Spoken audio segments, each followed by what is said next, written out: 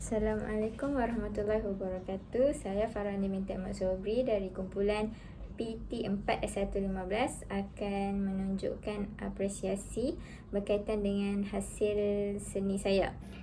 Bidang yang telah saya pilih dalam menghasilkan projek ini adalah bidang membentuk dan membuat bidaan, dan daripada bidang itu saya telah pun menghasilkan satu arca mobile yang bertemakan hidupan akuatik, dan subjek yang telah saya pilih bertemakan hidupan akuatik ini adalah obo-obo.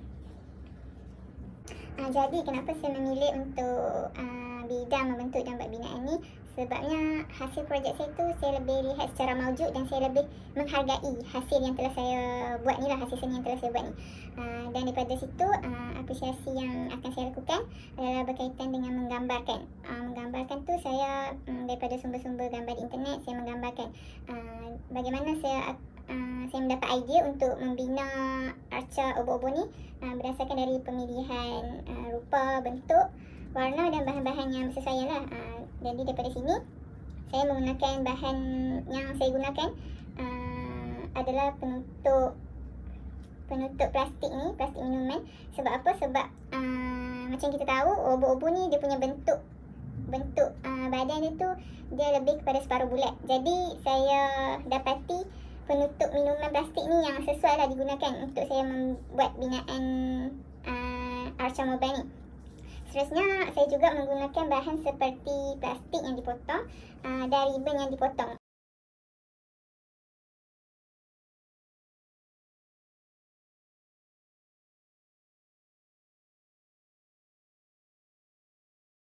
Kenapa saya pilih ribbon dan plastik ni? Sebabnya dia punya bentuk ni menyerupai sesungut obo-obo ni yang beralun, mudahlah untuk dia dibentuk. Dan saya juga menggunakan tali untuk menggantung ke semua subjek yang telah dibina ni, obo-obo ni, untuk membentuk satu arca mobile.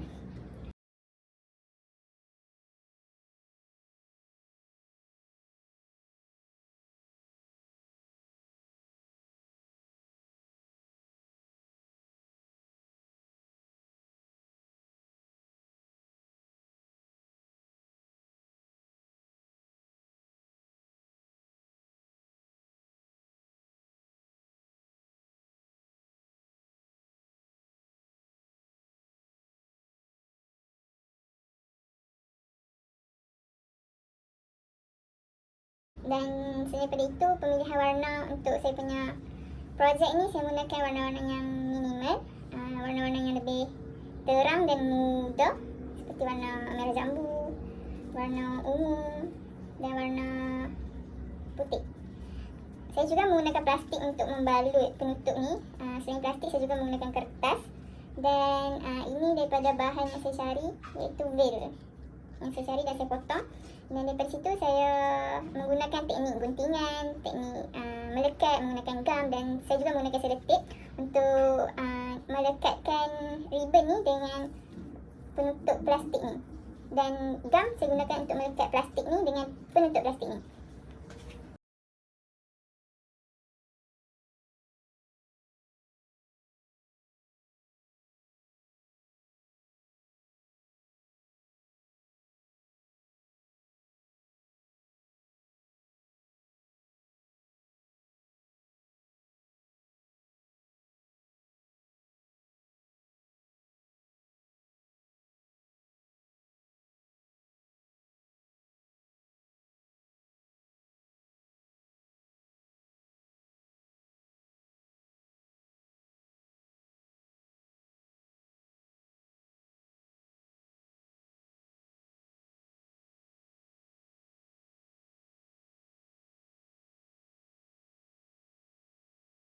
Selain itu, saya juga menggunakan prinsip kepelbagaian dalam penghasilan projek ni. Kenapa? Sebab saya mempelbagaikan bahan, bentuk, warna dan reka letak arca tersebut lah. Maksudnya macam saya mempelbagaikan kedudukannya. Saya tak letak dia sama tinggi ataupun sama rendah. Jadi saya mempelbagaikan untuk dia nampak lebih menarik. Baiklah, untuk proses menganalisa pula, saya semasa membuat projek ni saya menganalisa bahan apa yang sesuai, bahan apa yang boleh digunakan yang sesuai dengan pemilihan subjek saya. bentuk macam mana bahan tu. Macam sebenarnya ribbon ni dia besar tau. Jadi saya analisa balik untuk kecilkan dia sikit. Untuk nampak dia lebih menarik lah untuk dilihat. Dan veil ni saya analisa dia kata saya nak guna gam tau untuk lekat benda ni.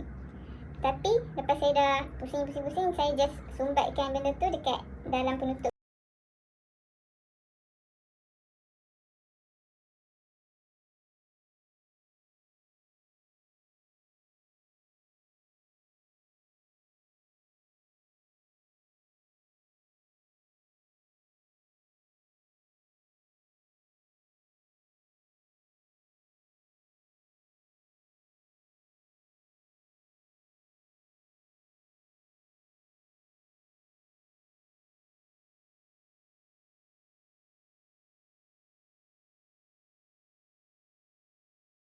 Ni dan hasilnya saya puas hati.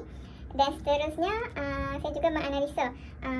Sebelum ni saya hanya merancang untuk membuat subjek obo-obo ni berwarna lutsina. Tapi bila saya realise balik benda tu agak kurang menarik.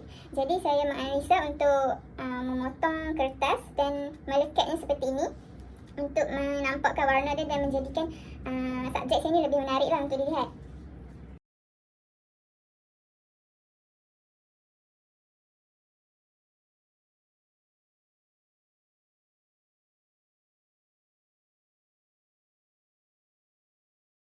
Okay, baiklah, proses seterusnya adalah proses tafsiran di mana saya mentafsir projek saya ni sebagai kenapa saya tidak arca mobile. Obo-obo ni dibentuk dari arca mobile sebabnya saya mentafsir bahawa bila projek saya ni digantung ia umpama obo-obo yang sedang terapung di dalam air. Itu tafsiran saya berdasarkan projek saya. Dan selain itu hasil projek saya ni juga menjadikan saya lebih tahu, lebih cinta, lebih menghargai hasil saya. Dan daripada situ saya lebih menghargai kepelbagaian hidupan akuatik yang ada keunikannya tersendiri. Macam ni sebenarnya obo-obo ni daripada pemilihan berbagai jenis obo-obo, saya pilih 2 jenis. Dan daripada situ saya dapat tahu, saya dapat tafsir yang rupanya ada pelbagai jenis obo-obo. Rupanya obo-obo dia unik. Baiklah, bagi proses akhir apresiasi seni dan kraf yang telah saya buat ni adalah proses penilaian, di mana berdasarkan penghasilan projek akhir ni saya telah menilai keaslian projek saya, arca saya, dari segi keaslian menggunakan bahan, keaslian gubahan secara reka letak, penggunaan warna, penggunaan teknik, semuanya secara asli melalui pemerhatian yang telah saya buat untuk mendapatkan maklumat berdasarkan video-video atau gambar-gambar di media seperti YouTube dan media sosial. Dan seterusnya penilaian yang telah saya lakukan adalah berdasarkan penghasilan projek ni saya lebih menghargai, secara jujurnya saya lebih menghargai hasil projek saya ni sebabnya saya seronok, saya gembira melihat saya punya hasil projek ni digantung dan dapat dilihatlah secara maujud. Objek saya ni dapat menggambarkan subjek obo-obo umpama berada di lautan. Saya lebih menghargai dan gembira dengan hasil yang telah saya buat. Jadi itu sahaja daripada saya. Sekian, terima kasih.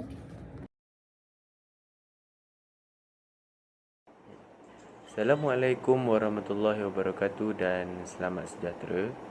Nama saya Muhammad Afiq Aiman bin Muhammad Zulkifli dari kelas 2. Ingin membuat sedikit apresiasi tentang hasil seni yang saya telah lakukan, iaitu model penyu. Baik, pertama sekali apabila kita lihat dari segi sip seni yang terlibat, iaitu kontra, warna yang dilukis pada penyu ni menggunakan 2 warna, iaitu warna yang lebih cerah dan juga warna yang lebih gelap, ataupun warna yang terang dan juga warna yang cair. Baik, warna yang terang ni sesuai diletakkan pada cengkerang penyu tu, dan warna yang lebih cair ni sesuai diletakkan pada bahagian badan penyu. Kontra ni akan membezakan antara badan penyu dan juga cengkerang penyu.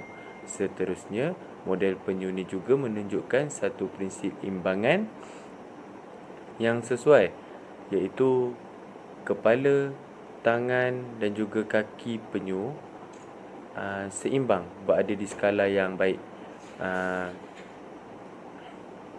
Dan juga apabila kita letakkan penyu tu tegak, kita boleh lihat simetri pada badan penyu kiri dan juga kanan. Dan seterusnya, dari prinsip kepelbagaian, murid dibenarkan ataupun boleh membuat pilihan sama ada nak menukar warna penyu ataupun sebagainya, sebab prinsip untuk membuat model penyu ni, saya tak kisah jika warna tu diubah-ubah. Maknanya tiada warna yang tetap, mengikut kreativiti. Murid diberikan kebebasan asalkan mempunyai kontra warna yang baik dan juga penggunaan warna yang harmoni. Dan seterusnya ialah warna yang minimal. Kiranya untuk membuat model penyu ni tidak memerlukan terlalu banyak warna. Minimum warna yang boleh digunakan ialah 2 untuk membezakan badan penyu dan juga cengkerang penyu. Dan boleh juga menambahkan sedikit warna lain untuk membuat corak di badan penyu mengikut kreativiti masing-masing. Dan seterusnya, untuk membuat model penyu ni, kotak telur digunakan sebagai bahan utama. Jadi kenapa saya pilih kotak telur? Sebab kotak telur ni mempunyai struktur yang berbonggol-bonggol. Jadi jika kita melukis, membuat lakaran badan penyu pada kotak telur tu, dan kita jadikan salah satu bonggol tu sebagai cengkerang, dan hasilnya akan menunjukkan cengkerang tu dan juga kepala penyu. Jadilah model penyu tu. Jadi kotak telur ni, kenapa saya guna kotak telur juga? Kerana nak menggalakkan murid-murid ataupun nak menggalakkan orang yang buat benda ni supaya cakna ataupun supaya ambil tahu tentang kepentingan menjaga alam sekitar. Sebab kotak telur ni merupakan salah satu bahan yang boleh dikitar semula. Jadi saya nak menggalakkanlah semua murid-murid untuk mengamalkan kitar semula. Dari proses tafsiran, kenapa saya pilih penyu? Sebab penyu ni merupakan binatang yang boleh menjadi ikon ataupun boleh menjadi contoh dalam isu tentang kecintaan terhadap alam sekitar. Contohnya, bila kita cakap pasal tentang penyu, kita akan tahu penyu ni merupakan salah satu spesies yang terancam. Penyu ni pupus sebab